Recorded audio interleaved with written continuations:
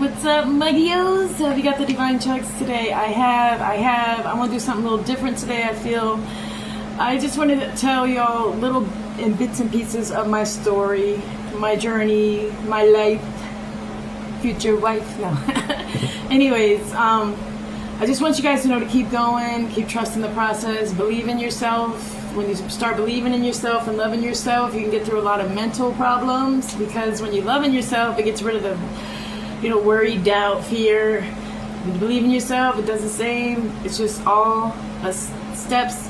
It's not a race, but it's even slow moments, big moments, whatever you say. So, started as a kid when my mom was pregnant, pregnant with twin girls. She kicked my father out one day. He didn't come back home because he died. Got in a bad car accident, choices, and plus it's a state he wasn't in, so like used to.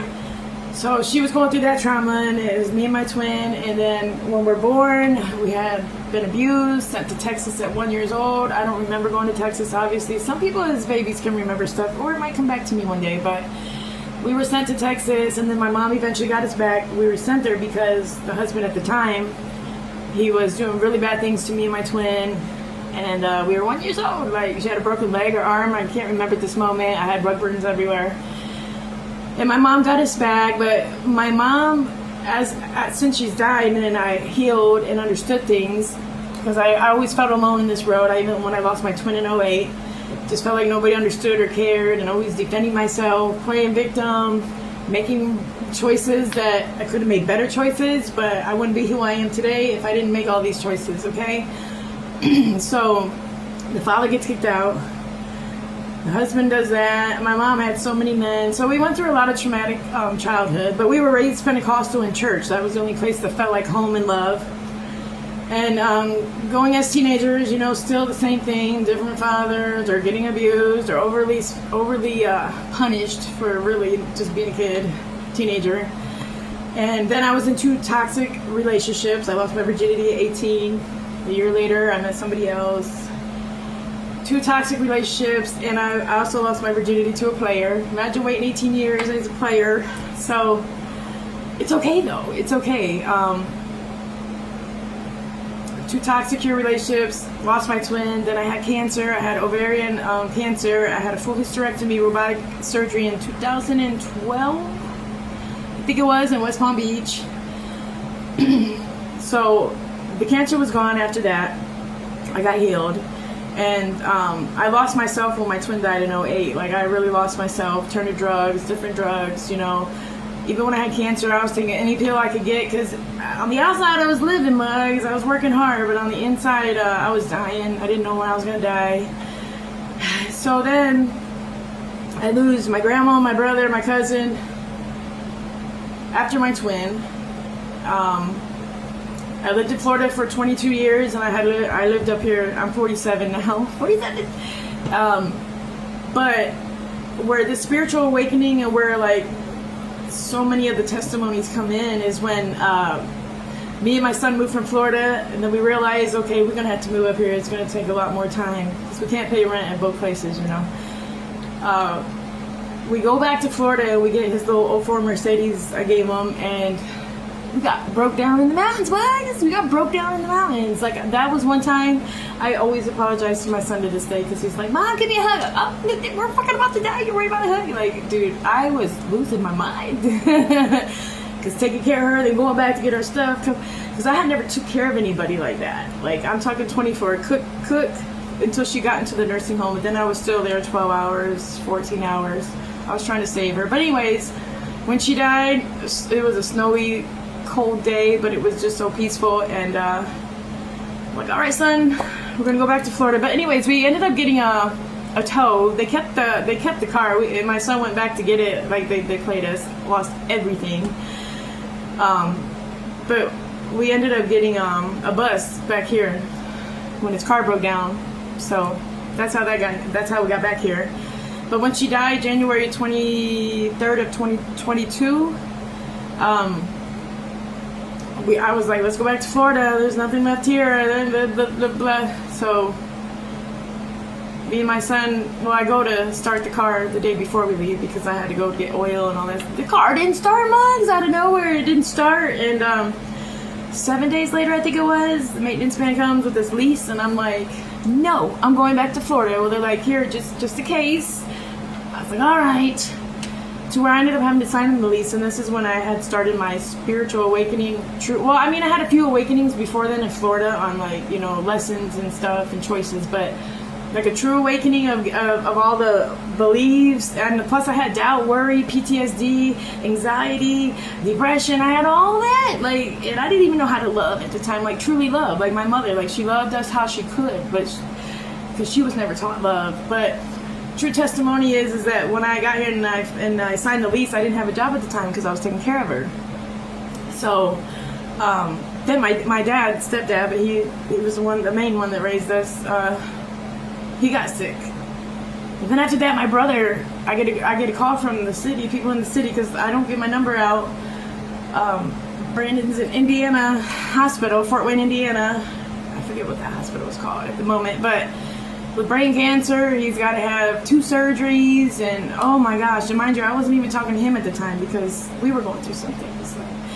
So, long story short, he ends up coming out of the hospital. Like, he wouldn't do anything they said. There was just so much. But the true testimony is, he ended up coming here, and I told him, do not let him out of the hospital unless he has a place to go. Because, see, me and my brother, I've always, of course, loved him and wanted him in my life all the time. He was the last sibling and the last person in the intermediate family at all that I had. But he lived a gangster life. Anyways, long story short there, he ends up here, and I call these little places around here. They're like, oh, he's a couch surfer because he stayed on your couch. I'm like, it's 30 degrees outside. I'm his sister. He's got brain cancer. I'm not going to leave him on the streets overnight. To where I ended up having him, I think, 5 or 6 months. We taught him to walk, talk. I cooked for him, took him to appointments, did everything I could.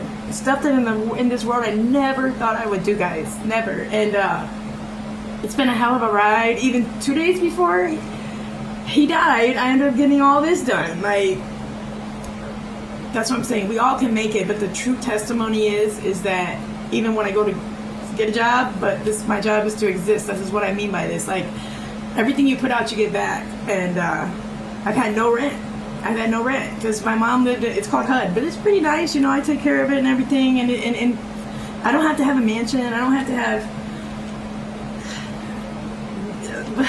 It's so easy to survive, you guys, and we have to appreciate the little things. It could be an apartment, it could be a hotel, it could be a house, it could be whatever, you know?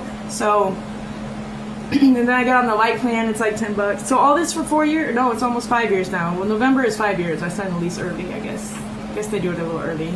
I just resigned.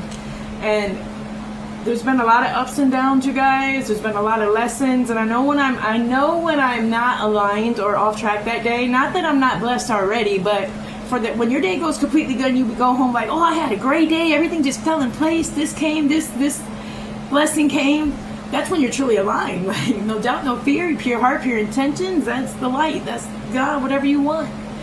And so I started hustling a little bit, you know, trees and stuff, because I'm like, okay, I can't be asking my kids for shit, or like, I gotta do something. That's what I'm saying. We can't judge people, but I don't do that no more. I literally, today I had like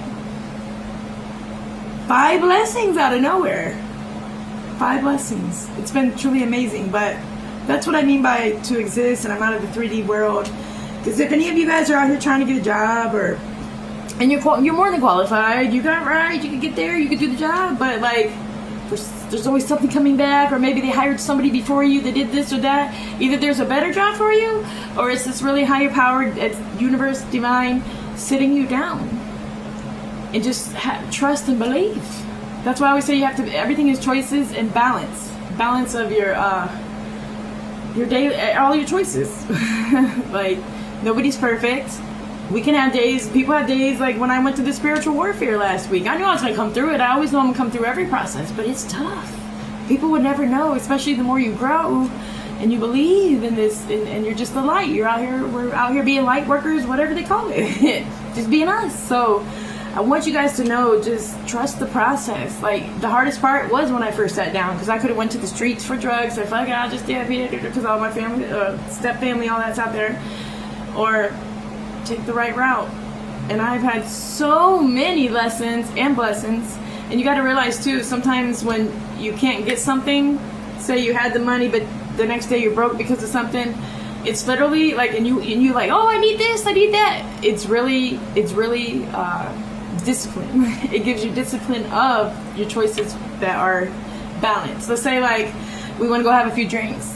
Now going to the bar and then you get drunk, okay, you know, so you can get pulled over, you can DUI, you can get anything. You can just you can get sick physically. But when you balance and go have a few drinks and you're feeling all right, then stop. Like, it literally is a balance. Who are we to judge in this world for anything they do? God put everything on this earth, universe. Now, man does turn some things into other things, but it doesn't matter. It's all still put here on earth. So I just want you guys to know to keep going, and there's always a way. You just got to keep believing, and you matter. We all matter. Believe it or not, that was not even half of my life that I just told you guys about. And it was a lot more trauma, a lot more. But I'm still here. I'm still here, and so are you guys. So I want you to know, just keep going. Try to trust the process.